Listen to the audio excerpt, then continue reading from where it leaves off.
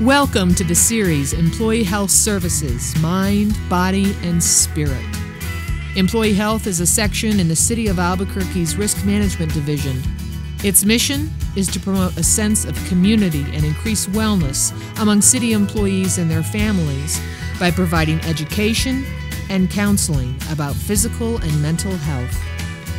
And now, Mind, Body, and Spirit with Dr. Julia Bain. Hello and welcome to Mind, Body, and Spirit. My name is Dr. Julia Bain, and today we are going to have a conversation with our Mayor, Richard Berry. Welcome to the show, Mayor. Dr. Bain, how are you? I'm well. It's good to see you. Thank Great you to for see coming. you. I'm a big fan of what you do. I appreciate that. Yeah, our employee assistance program is really one of the great assets we have in our city for our employees, and you do such a good job. And I see you around City Hall, and you always have a smile, and you're always upbeat, and you know, you deal with serious subjects, but we appreciate your can-do attitude and everything that you do. I appreciate those kind words. Thank you, Mayor. Sure. Thank you very much. I have some questions I want to ask you. You bet. Are you ready? Absolutely. All right. I want you to tell the audience Sure. what you want them to know about being the mayor of Albuquerque at this time in our history. What's it like for you? Well, it's a blessing. You know, it's a humbling experience, and what's really humbling about it is the fact that you get to tackle some difficult issues. And I know we'll talk about some of those today, but it's just you get to meet people in your community every day that you would never get a chance to meet otherwise. Yeah. And the spectrum of issues in a city of this size, you know, we're about the 30th largest city in the country now. We're a larger city by population than Atlanta, for example, or San Francisco, believe it or not. I didn't know that. They're known as, well, they're big metro areas, but our city itself is a smaller metro, but we have a large city here. So you get to, you know, address issues and meet people daily who bring such a breadth of information to you. And so for me, it's just it's a great job. It's probably the best job in America, even though it's one of the toughest jobs. But I tell people every day, it's no tougher than being a first grade teacher. It's no tougher than being a police officer. It's no tougher than, I mean, there's a lot of tough jobs out there. And in an economy like we've had in the United States for the last, you know, ever since I've been the mayor, myself and other mayors around the country, when we meet, we just talk about being mayors in a time of austerity because of most budgets have had to be cut significantly. And we've had to really take on a role as mayors around the country of being those who get things done. We're on the front lines of American government. Not to make a political statement here, but people aren't satisfied with what's happening in Washington. But they see their mayors as people, whether they agree with them on one issue or not, is at least being out there on the streets, on Main Street, trying to make things happen. So it's a great job. I'm the luckiest guy in town. I mean, really. Well, I think you lead with a brave heart. Well, I'm just a regular guy. They got a chance to be the mayor. And we tell people always, we will always make a thoughtful decision. We will always do our homework. We will always try to do what we think is best and be on the high ground, and knowing that even when you do that, you're going to make mistakes. And I tell my staff almost every day, we want to be forward thinkers, and we are getting lots of national attention now for some of our programs that we're doing with Innovate ABQ, our entrepreneurial programs, our workforce development programs like Talent Albuquerque was just on the White House website, and some of the things that we're doing. But you know, if we're going to be pushing, we're going to make some mistakes, but make them honest mistakes, and then we can pivot from those and hopefully really look back and say that we handed off the city administration in much better shape than we found it, but also that we just really had a heart for service. So yeah, it's like I say, there's not a day that goes by that I don't feel fortunate to get to do this. Well, I appreciate the fact that you are such a reasonable man. Well, we try. Absolutely. It's a dying art. It's a dying art. I think it's coming back. I think Yeah. I can only hope for my son, you know, who's in high school now, that statesmanship and the art of compromise and the art of collaboration really returns to American politics, and we're trying to be part of that. And a lot of my mayor friends around the country are trying to be part of that. Democrats and Republicans, you know, we don't spend a lot of time as mayors really worrying about who's who and, you know, what stripes you have coming in. We just want to get things done. And provide a quality of life for people so they can enjoy their lives. Absolutely, and try to make the decisions, to put the resources where you can to make the biggest difference. And I was a two-term state legislator before being the mayor. And I was on the Appropriations and Finance Committee, which is the budget committee for the state of New Mexico. Right. And you learn very quickly that every day somebody's in your committee room. And this is where I have a big, a lot of respect for our legislators as well. One of the last citizen legislators in the country, non-paid. Every day somebody comes in, and whether you're dealing with a group of seniors, a group of veterans, a group of teachers, parents with children who have autism, whatever it happens to be, there's this another breadth there, and everybody's looking at their issue and their circumstances through their individual lens. And the trick is you try to take all of those lenses and put them together, and build a budget, as dry as that sounds, that basically takes this many resources and tries to help this much need. And so you do the same thing as a mayor. We have to share. We have to share. United we stand. Well, exactly. I mean, it's I talk about rowing the boat. If we have 15 people rowing on one side and one person rowing on the other side, we're going to be doing this, right? So let's row the boat together and try to move down. Try to get some progress made. Nice. Yeah. Are you ready for your next question? Sure. Can you give us some insight into how do you manage stress? I play guitar, and I really? Yeah, I play music. So do I. Yeah. What kind of what do you play? I have more than what kind of music or what kind of guitar? Both. Well, I go through, I have a little bit of a habit. We talk about this. My wife had intervention the other day with me on my guitars. No, I have more than one guitar. I've got an electric Gibson guitar that I play. I've got a Taylor acoustic. I've got a couple of acoustics. I've got a Telecaster. So Any 12 strings? No 12 strings, no. But you can tune your guitar to Nashville tuning, where you take your low E and you tune it up an octave, and you kind of get that same sound. Actually, wow, you are into it. I'm not very good, but I'm technically I like it. I like to play. Do you play country music? I play lots of things. I'm learning a White Stripes song right now. I'm a big fan of Jack White, but I play Merle Haggard stuff. I play. Do you sing? Black Keys. I sing horribly. Horribly. And so but I play old, I'll play old, Jim Croce stuff. I'll play James Taylor stuff. I'll play country. I'll play. If I could save time in a bottle. See, you're a much better singer. Oh, yeah. Back in the day. Yeah, I'm dating myself. But there's been a lot of great music. But there's a lot of great music being made, and I'm a big fan. I've met presidents. I've met world leaders. It's always great to do that, and you feel honored to be able to do that. But I'm in awe of working musicians and people who can make a living painting, written word, spoken word.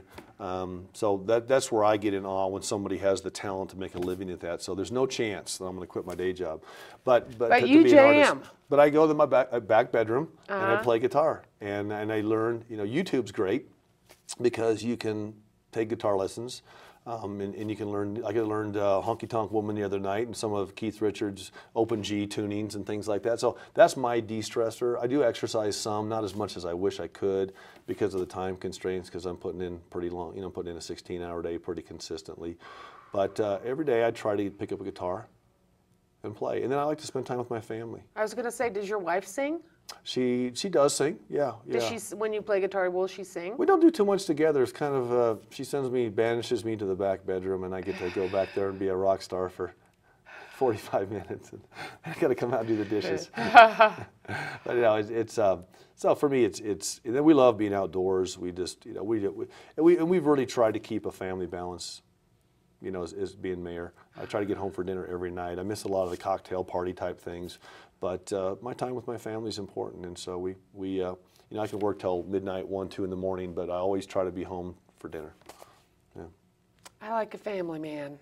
I think that's wonderful. You look back and kids will be gone someday, and I've talked to so many people in the industry over the years where they look back and they go, "Gosh, I wish I sacrificed too much family stuff." I missed it. Yeah. You talk to elected officials, and that's a big problem with elected officials sometimes. So we really carve out, family time. And when you lie down to go to sleep, do you go to sleep?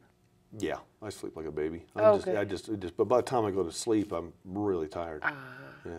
Good for you. Yeah. I had no idea you were a rock star. I am not a rock star, but I play guitar. Well, I play guitar, and I'm a rock star. Yeah, well, I think you're a rock star. Yeah, absolutely. You're very sweet. All right, question number 3. Can you discuss the reforms that you and APD have been working on and how you feel that will help with community trust? Sure. Lots of work to be done here. I've been working on this issue really since a couple of months after I took office as the mayor. We had a spike in officer-involved shootings in 2010. I think we had 14 that year. As much as we wish the average in Albuquerque were 0 officer-involved shootings, the typical number, you know, before I was mayor, even is 6 to 7 a year officer-involved shootings. And we had a spike, so we started working on reform issues to do 2 things. Number one, to make sure our officers get home safely at the end of their shift, and we want to make sure that we do that. It's a tough job, particularly in today's environment where it's dangerous. It's dangerous, but we just don't have a continuum of care for mental health services, and so lots of times, just like teachers find themselves being the backstop to poverty, to child abuse, to social issues in the classroom, our police officers find themselves being a backstop to those who are living in crisis on our streets. And we want to make sure we're really super clear here. Mental health issues do not equal violence, but there are times, a very, very small percentage of times, when mental health issues do lead to people doing harm to themselves or others. And our police, because we don't have this continuum of care, not just in New Mexico, but in America right now, they're the backstop to that. But we had a spike in officer-involved shootings. So we got busy in my first term, and we hired a group called the Police Executive Research Forum, which is really one of the groups that's considered to be experts in this country on these issues. We studied the circumstances and put in a little over 60 reforms in my first term. I'm going to cough for a minute here, excuse me. To try to de-escalate the situation, get the situation better. And we made some progress. We had below average officer-involved shootings for the following 2 years of my first term. So we had a spike, and then below average, and we were on scale to be half of average last year. And then we had the incident where the person started shooting our police officers, and we had 4 officers, including Deputy Hopkins from the sheriff's department, critically wounded. And then we had a little mini spike after that brought us back to average. So we know we made some progress, but through all of this, we had the Department of Justice come in and do an investigation, and they came out with a very, very difficult findings letter that talked about the Albuquerque Police Department, as they have talked about other departments in Seattle and Portland and in other cities across the country where there's an excessive use of force and there was some unconstitutional policing. So now we are in the middle of this process of trying to craft an agreement that will take us to the next step. So when I talk to people that are angry about this, and I get upset about the situation, and I lose sleep, even though I talk about sleeping like a baby, you do lose sleep over this because it's really an important matter. We've made some progress. We were very proactive, probably unprecedented reforms in our first term, but we didn't get there. And so now we're going to try to use this second term to get the department where it needs to be, both for the officers and for the community. And so much of this, I'm getting around to your question, is so much of this is going to have to be done between the community and the officers themselves. I've been in a number of meetings, and I've met with family members who've lost loved ones in officer-involved shootings. I've met with widows of officers who've been killed in the line of duty. I've met with activists. I've met with lots and lots of people on this. And one of the things that I'm convinced of as a mayor is that as a mayor I can be in a room and I can lead a conversation and I can talk about all the things we're doing. But at the end of the day, for community police relationships, it has to be the officers in a room with those that they serve. And like I say, I've seen it on a number of occasions in the last year, approximately in the last year, and I've seen wonderful interactions. Tense sometimes, difficult sometimes, but really at the end of those, that's how we're going to be crafting this. That's why we're taking this community input that we have and taking it to the negotiations. Communication. It is, and one of the things that the Department of Justice I thought was really interesting when we had one of our first community meetings with officers. They brought some folks in, not from the Civil Rights Division that's working with us on this agreement, but on their Public Relations Division of the Department of Justice, a woman named Cynthia Taylor. And she brought a group in, and a retired police officer from San Francisco was one of the facilitators of the meeting that I was in.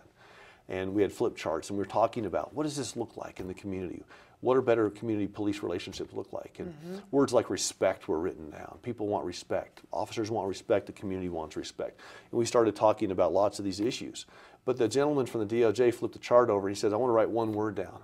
And he wrote expectations on this chart in really big letters. And it really struck me because I think that's at the heart of some of this. You know, we wish we had no interactions between the police and the public that required use of force. Right. But the fact is, there's not a city in America that doesn't have a fairly substantial number. So how can we craft solutions to de-escalate that, have effective and constitutional policing, but also have these community relationships so that when something does happen, we as a community can say, that did not meet our expectations, both from the departmental standpoint and from the community standpoint, and then work on it together so we don't have these kinds of things going on. Yeah, expectations, that's a really good word. Yeah, that really struck me because I really hadn't thought of that. And I think so it's a lot of what we're doing. We have a number of opportunities for our citizens to work with us here. For the next week or so, you can still come on the City of Albuquerque website, cabq.gov, and you can sign up for our community policing councils, which will have 6 of those, 1 in each of our area commands. And we'll have police officers that are picked by the commanders, and we're going to have citizens that are picked by other citizen leaders, not by the mayor or the city councilors. And they're going to meet on a monthly basis to start with, and then they can adjust moving forward to really talk about policy issues. What are you seeing in your neighborhoods? Not so much about I want a speed hump in front of my house, or there's people speeding here, or a stop sign, but really what are you seeing? And I may be jumping ahead here. But we want people to get on and sign up for those, and then they'll be selected by their peers to be on these community policing councils. But on a much broader standpoint, in the month of August, we're going to start community meetings where we need hundreds, if not thousands, of people coming out and sharing ideas, sharing questions and concerns, but really moving towards dialogue and consensus. And they can sign up for that also at our website. Just go to the main page of the city website and sign up. Okay, yeah, the best way to empower people is to invite involvement. I agree. So I think it's wonderful. I agree. Okay, great. Next question. We're hearing a lot about solution-based conversations. What does that look like, and how do people get involved? And you touched on that. And then the second part of this question is, how can someone become a part of community policing? How do you do it? That's those 2 things. I apologize. I jumped ahead a little bit. That's okay. But that's what we want people to do. Get on the website, sign up. And then when you sign up for the community, the citywide community engagement process, there's some things that you can identify right on the spot. If you don't even want to come to a meeting, there's a place for you to say, tell us what your questions are, what your concerns are, and then tell us where you're coming from on this. Are you a person that has been involved in a citizen police interaction that didn't go well in your mind or otherwise? Tell us about it. Tell us what you think the problems are. Tell us why you think those are the problems. And then, most importantly, spend some time telling us what you think the solutions are. Give us feedback. Give us feedback. And I see right now the conversation in the community really turning in a positive direction in that the people that have the concerns, we want them to be able to express those concerns. But then we want to turn the conversations to, please, work with us. We all want the same things. Help us out. The officers want the same things. The administration, the mayor wants the same things. We can't do it without your input. And this is hard work. People are busy. They get home at night. They're working 1, maybe 2 jobs, or they're taking care of their family, they're taking care of elderly parents, landscaping, whatever it happens to be. We're busy. It's a busy time. The economy's not where we want it nationally. We're 7 million jobs still nationally behind where we were when the recession hit. So I mean, it's tougher all over. And so for me as a mayor to ask people, take an extra half an hour to an hour of your time away from your family and give us input. I know that's a heavy lift. I know that's a big ask, but I can't do it. I cannot do it. One guy can't do this. Right. And nor should people expect one guy. And it would be arrogant for me to think that I could just wave my magic wand and all of a sudden it gets better. We've been working really hard on it for my entire time really as mayor. But once again, more to do, and we need the citizens to help us. Yeah, I want to encourage everyone watching to become involved. I was block captain in my neighborhood, and when I would hold meetings among the neighbors, I would say, when we're out and about, we need to be like cats. We need to have our ears up, our whiskers out, be alert, look around, communicate. And back when we were kids, we were taught about danger, stranger. They're still out there. And when we're talking as a community and as a neighborhood and we know each other, and someone comes along that we're not sure who they are, we need to find out what's going on and what, and just be aware. I call it healthy paranoia. Yeah, yeah. But I was block captain, and then I was security administrator. We had a park in my neighborhood, and we actually had people in the neighborhood volunteer on Friday and Saturday nights from 10 p.m. to 2 a.m. and they would drive around the we park see a lot of that. We see a lot of that in the community. and call the police if suspicious activity was seen. And when people are engaged like that, we have a lot of neighborhoods that are, those community police relationships in those neighborhoods are much different than they are in areas where people aren't engaged and involved. And once again, this is really hard work. I talk to people a lot about what's this glue that holds together a city. And this is exactly what you're talking about. Government can't do everything for everybody, but we need to be doing things well. We need to be taking your tax dollars and putting them back to you in services that are meaningful, whether it's community centers, senior meal programs, our school systems, police, fire, all of these things. But you just can't, I've never seen a city do well that didn't have community engagement. But here's the good news, is I've really seen our city, since day one as being the mayor, stepping up and helping others. From a philanthropic standpoint, I mean, we raise more money in this community per capita than a lot of cities around the country to help our friends and our neighbors. This community has a big heart. But once again, I'm just asking folks, get involved, whatever it happens to be. Block captain, be on one of the community policing councils, be on, to help us with this police community relations work. Because it really, the return on that investment for those that we serve is huge. This town belongs to you. It does. I always one of the most fun things I enjoy, one of the things I really enjoy the most is when I get to meet with kids. And so they'll come to the mayor's office on a field trip, and they might be third graders, and they're studying for the first time really civics, who's the mayor? Who's the mayor work for, kind of questions. And I always ask them that. And I say, who does the mayor work for? And they say, the president? And then they'll say, they'll have all of these things, but I always come back around and say, I work for you. So you tell an eight-year-old or even a 6-year-old or a 5-year-old or an 8th grader even, I work for you. And they're like, what do you mean? And we started having this conversation. I work for your parents. Yes, they are voters, so to speak, but I really work for you as well. And then they leave with this idea that, wow, then I ask them to be leaders. Go back and be leaders in your school, be leaders in your classroom, be leaders in your family as well. And sometimes that's just pick up your room, If your mom asks you to do your homework, why don't you get that done? Be a leader out there. So it starts very young and it goes all the way through. We just lost one of our great volunteers. He was 104 years old, and he was a great volunteer for our city. And I met a guy the other day that's 90 years old and blind that golfs every week at our golf courses. So a lot of good leadership in Albuquerque. Wow. Yeah, that's why it's a great job, right? This is what I was talking about earlier. Right, exactly, yeah. People are amazing. They really are. They're resilient and they're amazing. They are. They never cease to surprise me. Okay, next question. Some of these reforms that you're working on with APD will have immediate results, while others could take months or even years to see changes. What can the community expect in terms of a timeline? Well, let's go back to expectations.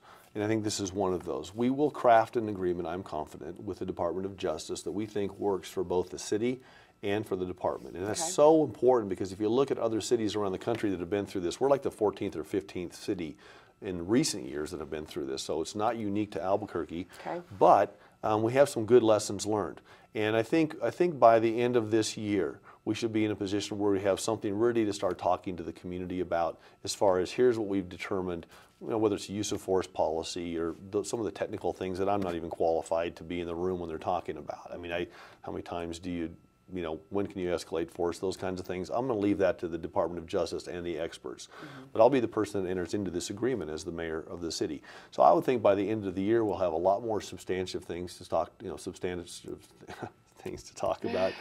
And but in the meantime, we want to have this community engagement so that we can take those ideas to the negotiating table with us.